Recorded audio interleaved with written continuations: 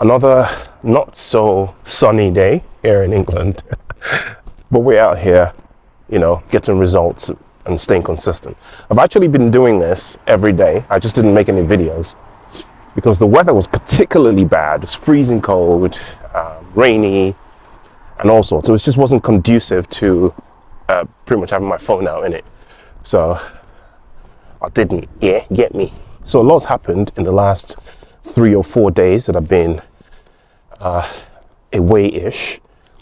First of all, the orange man acknowledged XRP, like directly, as opposed to just indirectly, as we've had before. That's got to be something. Another thing that's happened is the first spot ETF has been approved, not in the United States, in Brazil. So there's a bit of frenzy about that. Brazil is an important country when it comes to crypto, by the way. Not only because of the large economy, it's one of the largest economies that you can still consider a third world country. In my opinion, the second world or something. And when those labels are archaic now, they don't really apply much anymore. They're actually a larger economy than many so-called first world countries. They're a pivotal and very important member of BRICS. So anything happening currency-wise with Brazil is very important in the bigger picture. So that's exciting. Not too long ago, we had the, what's that company's name again?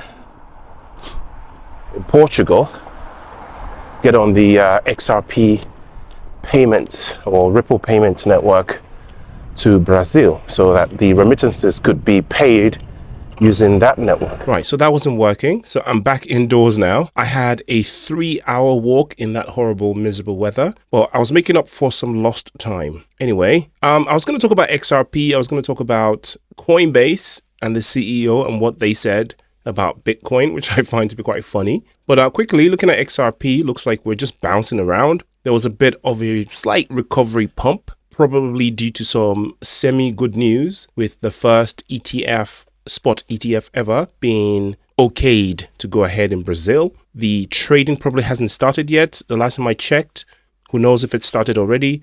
We know that ETFs are not necessarily, obviously affecting the price immediately. There's some FOMO, obviously, that gets activated by the fact that it's even being accepted in the first place. And then we have the seeding period when the company offering the ETF actually has to seed their ETFs, which means they have to physically buy XRP. But then we know that a lot of XRP is available for sale OTC. So that's not necessarily going to move the market immediately because a lot of these companies either already have a lot of XRP that they bought in the quiet times, or they are buying directly from Ripple or what have you. So lots of OTC happening, but it's a good sign, right? Because at some point, they're going to run out of OTC XRP in the same way as we're going to run out of OTC Bitcoin. And then that's going to cause a supply shock. And then we will see the euphoria. Also, the Brazilian market is not quite as large as the US market. So even though this is great news, and it's actually of great significance, I think, every time Brazil gets involved in crypto, it's a massive country, huge population. It's actually the first letter B in BRICS. So it's a founding member. So anything that happens in Brazil has a really good chance of happening in Russia, in India, in China, in South Africa. So that's always a plus. This is in addition to what happened a couple of weeks ago with that bank in Portugal connecting to Ripple payments and using that for remittances between itself and Brazil, a massive sort of collaboration between those two. So there's a lot of positivity happening in Brazil. We already have actually a stablecoin in Brazil that is tokenized on the XRP ledger.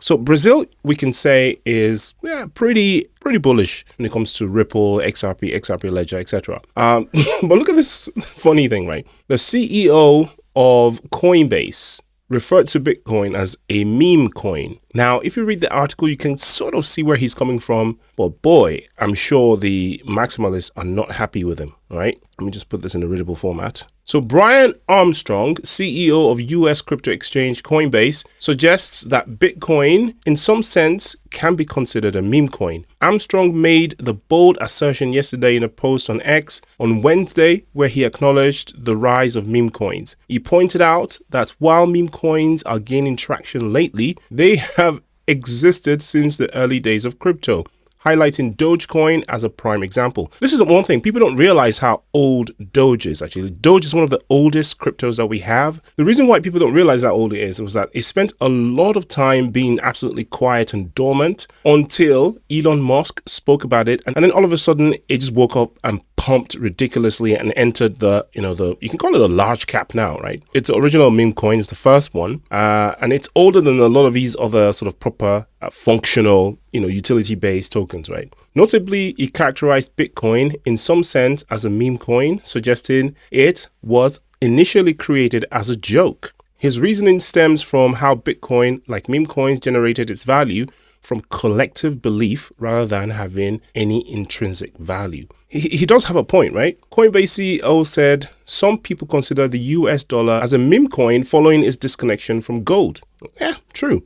Despite this, the dollar has remained valuable as people still believe in it, using fiat for international settlement. So, this is a crucial point. The dollar is no longer what it was when it was first created, right? It's been disconnected from actual physical value, the metals that it was backed by. And since then, you can argue that, yeah, it's a meme coin, that the dollar's been a joke this whole time. It's been a faith-based, belief-based system that is at least recently backed by the mighty military of the United States. So, there you go. Well, I think the difference between the dollar and, of course, Bitcoin is the fact that you can just print more dollars whenever you need to. And the United States government and the Federal Reserve definitely don't shy away from doing this. As we saw during the pandemic and in the last few years, they've printed more dollars than the history of the dollar combined, right? And they're going to continue to print. And not only are they printing, other countries in the world that also run fiat systems also printing like crazy. Obviously, the dollar is used for international payments, so it holds more value. However, organizations like BRICS are trying to move away from that. People are trying to get their own autonomy away from the US dollar. And of course, we have cryptocurrencies, Bitcoin, trying to get away from the US dollar. Obviously, Bitcoin is not specifically a US-based token because we have no idea who the inventor is, who there is no company, there is no CEO, right? But the closest thing to Bitcoin that we have that the United States can treat as a hedge against inflation or get involved in trying to make it to save the dollar, etc., and save the United States as the forefront of finance and money and all that sort of stuff is XRP. They've got Ripple's RLUSD that is connected to XRP via the blockchain, and they're going to use it. Obviously, the America First policies of Donald Trump could be, could be abrogated when, that's a religious term, could be abrogated when the new administration resumes power sometime in the future. But I think that at least he's here for the next 4 years and he can do a lot of, damage. For some people, you can call it damage. Some people, you can call it progress, right? When it comes to restructuring the current system. People are talking about the IRS being at risk. I'm sure a lot of people who pay lots of taxes will be happy to hear that. A lot of crypto people will be happy to see the back of the IRS for sure. But personally, I think this is wishful thinking. I don't think any government anywhere can abolish tax in that kind of way. Tax has been with us since the times of ancient Sumer, ancient Egypt, Mesopotamia, the Greeks, the Medes, the Persians, the Romans, the Ottomans, the Songhai, the Mali, the Oyo Empire, what else? The Abyssinians, the Ming Dynasty in China, the Aztecs, the Mayans, all of them, wherever the heck they were in the world, independently had the tax system. This is why they say there's only two things that are certain in life. There's death and there's taxes. Anyway, not financial advice. I'll see you in the next one. Take care of yourself. Peace.